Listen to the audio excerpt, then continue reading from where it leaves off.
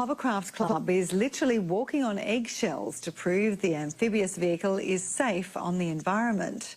The unusual experiment was part of a bid to lift tough restrictions on where recreational hovercraft can travel in marine parks.